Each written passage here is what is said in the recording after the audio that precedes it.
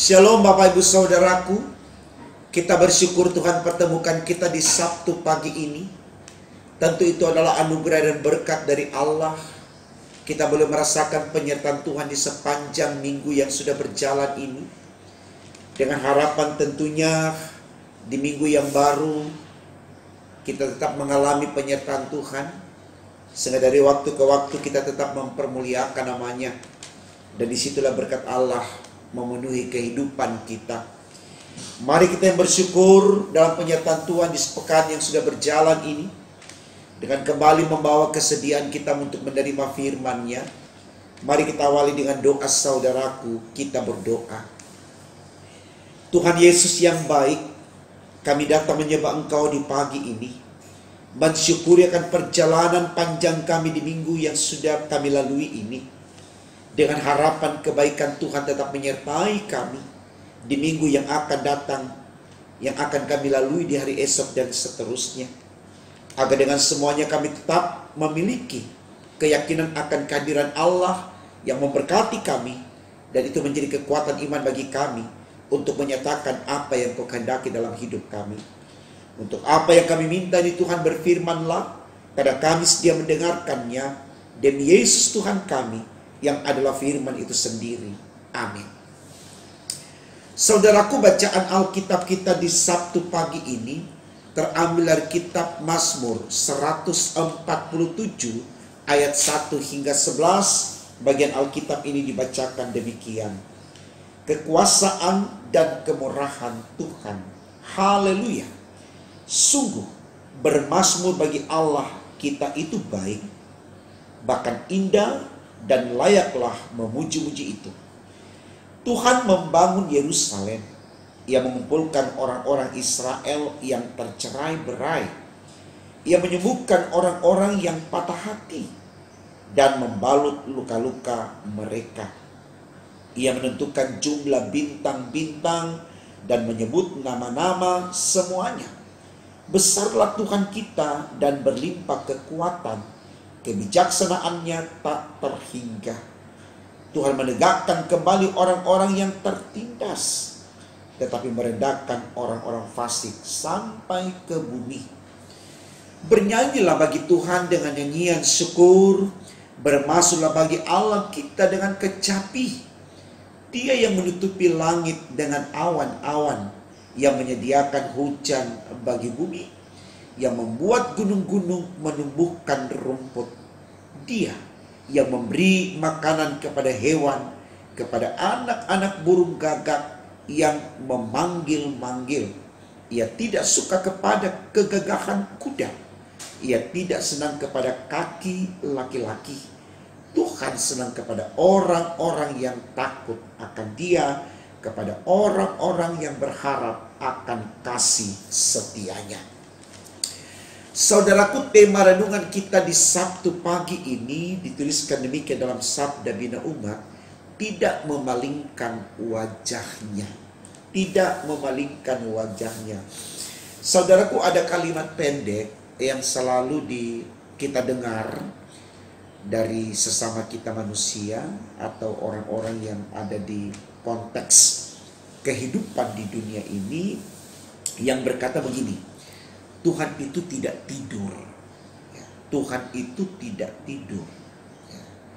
Nah, ungkapan ini saudaraku, kalau kita mau jauh memaknainya, mau mengatakan kepada saudara dan saya bahwa Tuhan itu tahu apa saja yang kita lakukan dari A sampai Z.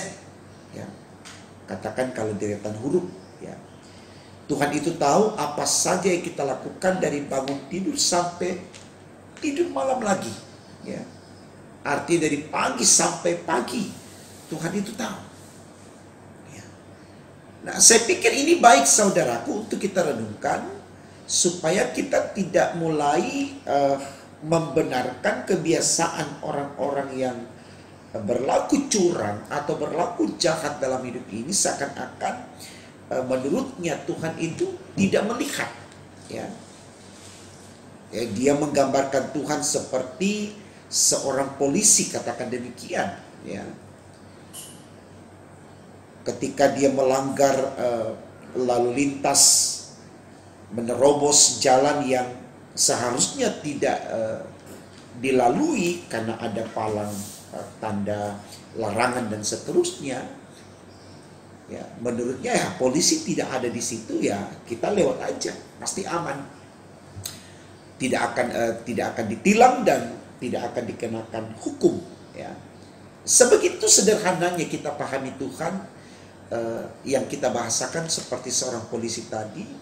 Ketika kita tidak melihat sosoknya, maka apa saja kita lakukan pasti aman, tidak akan tertangkap dan tidak menjadi tertuduh atau orang yang terhukum, ya, karena kita tidak melihat sosoknya, ya. Saudaraku, saya mau katakan kembali lagi seperti kalimat yang selalu dikatakan oleh sesama kita, bahkan kita sendiri juga mungkin sering berkata begitu, Tuhan itu tidak tidur. Itu benar adanya, saudara, bahwa Tuhan tahu apa saja yang kita lakukan, baik kebaikan maupun kejahatan.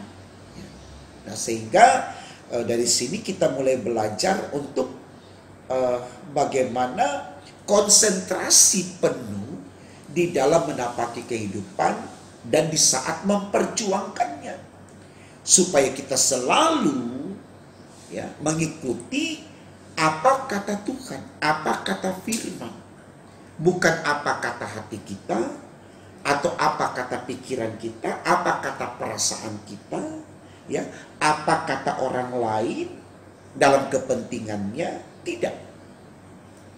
Tapi apa kata Tuhan? Karena sekali lagi saya katakan, saudaraku, dan ini sudah berulang kali saya katakan, mudah-mudahan kita tidak bosan untuk mendengar, Tuhan kita itu Tuhan yang pencemburu, Tuhan yang tidak mau diduakan, Dia selalu mau dikedepankan, Dia menjadi yang prioritas. Kalau ditanya kenapa? Ya karena Dia sudah berikan keselamatan kepada kita. Apalagi yang mau kita cari dalam dunia ini? Ya, kalau ternyata keselamatan sudah diberikan kepada kita, yang harus kita lakukan sebagai respon terima kasih atas keselamatan itu hanya lakukan saja apa yang baik. Karena saudaraku, kita lakukan baik tetap ada masalah dalam hidup kita. Ya, apalagi kalau kita melakukan kejahatan gitu loh. Ya. Jadi jangan bermimpi berharap kalau kita berbuat jahat, hidup kita lebih baik daripada orang yang baik. Tidak, saudaraku. Karena sekali lagi kejahatan sangat dibenci oleh Tuhan. Dan Tuhan tahu apapun yang kita lakukan, ya, kita bisa lihat, ya, kejadian Kain membunuh Habel. Mungkin menurut Kain, wah Tuhan kan nggak ada di sini, nggak lihat, saya bunuh aja adikku Habel. Ya. Tapi ketika Kain mempertanggungjawabkan itu, ya, Tuhan katakan apa? Saya mendengar walaupun saya tidak melihat. Saya mendengar suara adikmu, ya, memohon kepadaku. Ya, sama dengan Adam dan Hawa ketika dia makan buah pengetahuan yang baik dan yang jahat di Taman Eden, dia pikir, wah gak ada Tuhan nih, kita makan aja. Ya. Tapi Tuhan tahu apa yang mereka lakukan, saudaraku. Ya. Nah, ini yang mau disampaikan tema kita, bahwa Tuhan itu tidak akan memalingkan wajahnya. Artinya Dia akan terus pandang kita. Dia tidak akan membelokkan wajahnya ke arah yang lain atau pura-pura tidak lihat kita. Dia tidak akan memalingkan wajahnya. Ini yang dimasukkan di tema kita. Jadi kebaikan dan kejahatan itu selalu ada dalam penglihatan Allah. Tapi sekali lagi, saudaraku, Tuhan care kepada orang yang baik, Tuhan murka kepada orang yang jahat. Coba kita lihat ayat 6 bacaan kita, saudaraku. Dikatakan begini, Tuhan menegakkan kembali orang-orang yang tertindas, tetapi merendahkan orang-orang fasik sampai ke bumi. Ya. Artinya orang-orang yang diperlakukan secara jahat, tidak manusiawi, semena-mena, katakan demikian, hanya karena dia melakukan kebaikan dalam hidup ini, di situ Tuhan berpihak kepada mereka. Jadi jangan bangga ketika kita sudah tindas orang, ketika kita sudah tekan orang, ketika kita sudah jatuhkan orang. Jangan bangga, saudaraku. Firman Tuhan ayat 6 bagian B katakan di sini, bahwa Tuhan merendahkan orang-orang fasik. Orang-orang fasik ini orang-orang yang jahat.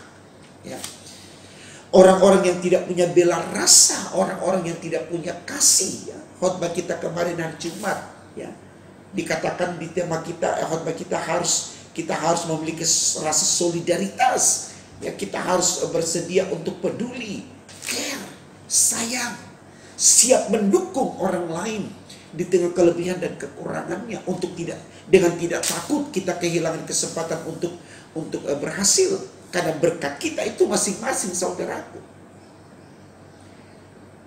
Dan Tuhan sudah takar menurut ukuran Tuhan. Ada yang 1 talenta, ada yang 2, ada yang 3, ada yang 4, dan seterusnya. Yang ada pada kita hanya bersyukur, terima kasih Tuhan, apapun yang kau berikan itu baik untukku. Ya. Makanya Ayub dalam pasal 2 ayat 10 dia katakan, apakah kita, kepada istrinya, apakah kita hanya mau menerima yang baik dari Tuhan tapi yang buruk tidak? Artinya baik dalam pandangan manusia. Kita kan paling cepat sekali membedakan mana yang baik dan mana yang tidak baik. Di sini Ayub katakan, apapun ukuran kamu, ya, walaupun menurut pendapatmu itu baik atau tidak baik, terima itu dengan sukacita sepanjang Tuhan yang memberikan, bukan kita yang mencari. Karena apa yang Tuhan berikan tidak ada yang salah, saudaraku. Kan itu berkat, ya, itu berkat. Kitab 1 Petrus pasal 4 ayat 1 dikatakan sedang. Jadi karena Kristus telah menderita penderitaan badani, kamu pun harus juga mempersenjatai dirimu dengan pikiran yang demikian. Artinya kita juga harus berpikir bahwa kita akan mengalami penderitaan badani. Entah itu sakit, entah itu miskin, entah itu kekurangan, entah itu dianiaya, difitnah. Ini bagian-bagian kehidupan yang tidak akan pernah lepas dari kita, saudaraku, siapapun dia. Mau orang paling penting di negara ini pun, katakan presiden, dia mengalami yang namanya difitnah, yang namanya dikucilkan, direndahkan, ya, yang namanya dicaci maki. Presiden mana yang tidak dicaci maki? Padahal Jokowi orangnya baik banget, tapi tetap aja ada orang yang tidak suka melihat kebaikan beliau. Ini kenyataan khotbah kemarin saya katakan juga. Jangan mundur ketika Bapak Ibu dalam pelayanan ada yang tidak suka. Karena itulah realitas yang harus kita hadapi. Ya harapannya kita bukan termasuk orang-orang yang membenci pelayanan karena orang lain melakukannya. Tapi kita mau mendukung pelayanan, kita mau menerima pelayanan, kita bersedia terlibat juga dalam pelayanan. Karena apa? Tema khotbah kita hari ini berkata, Tuhan tidak pernah memalingkan wajahnya. Dia lihat siapa yang melayani dia, itu yang diberkati. Walaupun dia tertindas, walaupun dia teraniaya, tapi berkat Tuhan akan nyata atasnya. Itu apa? Sorga. Ini yang diimani oleh Paulus. Orang mau penjara dia karena dia melayani Tuhan, bodoh amat, dia tidak peduli. Orang melempari dia batu, orang mau caci maki dia karena dia melayani Tuhan, dia tidak peduli. Karena dia mau hanya, makanya dia bilang dalam Filipi 1 ayat 22, kalau aku harus hidup, aku harus memberi buah. Aku hanya mau melayani. Orang mau tekan, terserah. Kalau Tuhan bilang, hanya aku harus mati di sini karena tekanan orang, kan aku melayani Tuhan, kenapa tidak? Ya. Karena baginya matinya adalah keuntungan, karena dia sudah melayani. Ya. Tapi ya, kembali lagi, jangan bangga untuk orang-orang yang hanya tahu menjudge orang lain, ya, yang mau melayani Tuhan karena punya kepentingan. Ketika kepentingannya tidak terpenuhi, dia lari dari pelayanan dengan alasan membenarkan diri karena tidak kecocokan. Saudaraku, dimanapun kita berada, bukan cuma di kantor, dalam gereja pun, yang namanya ketidakcocokan itu pasti ada. Tapi jangan pernah jadikan alasan itu untuk mundur dari pelayanan Tuhan. Jangan. Itu realitas yang tidak bisa kita hindari. Karena sebaik apapun yang kita lakukan, pasti ada orang yang tidak suka. Jadi kalau anak muda bilang jangan lebay, karena tidak didukung lalu malas, tidak. Ya, saya berharap mudah-mudahan ya, dengan apa yang sudah terjadi sekian 20 tahun pelayanan, ya, yang namanya dicaci maki itu, wah, sudah tidak terhitung lagi, saudaraku. Tapi janganlah berhenti untuk melayani, tapi terus bangun semangat. Toh Tuhan di pihak kita, Tuhan pembela kita. Firman Tuhan sudah katakan dalam ayat 6, untuk orang-orang yang tertindas, karena fitnahan, karena cacian. Di sini Tuhan katakan dia bela. Tapi orang-orang yang fasik Tuhan akan permalukan. Ya. Jadi mari saudara, semangati diri, bersiap memasuki minggu esok dengan segala realitas yang ada. Jangan jemu-jemu untuk berbuat baik, jangan berhenti untuk melayani Tuhan, karena Tuhan terus menanti karya-karya kita. Dia mau kita bersaksi dan melayani Dia, baik dalam persekutuan maupun dalam kehidupan bermasyarakat. Lakukan terus itu demi untuk kemuliaan nama Tuhan, maka kita diberkati olehnya. Selamat berkarya hari ini saudaraku, besok dan seterusnya untuk kemuliaan nama Tuhan. Tuhan memberkati firman-Nya. Amin. Mari kita berdoa. Tuhan Yesus, terima kasih. Kembali Engkau sadarkan kami bahwa kami ada di tengah dunia yang penuh dengan tantangan dan pergumulan.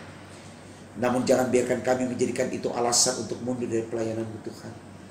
Tapi dengan segala apa yang kami alami, kami semakin bersemangat karena kami tahu Tuhan tidak meninggalkan kami. Kendati pun langkah kami harus terhenti karena pelayanan kami yang tidak disukai oleh orang lain dengan cara-cara yang jahat yang mereka lakukan. Kami tidak takut, kami tidak gelisah, karena kami tahu Tuhan pembela kami. Tuhan akan menolong kami. Setiakan kami terus Tuhan. Setiakan kami terus Tuhan. Untuk segala perkara yang kami lakukan dalam hidup ini. Maka kami akan memperoleh berkat dari-Mu. Terima kasih untuk semua kebaikan-Mu Tuhan. Ampunkan salah dosa-dosa kami. Dengarkan doa kami. Sempurnakan dan kabulkan. Karena kami berdoa hanya dalam nama Tuhan Yesus Allah kami yang hidup. Immanuel, haleluya. Amin.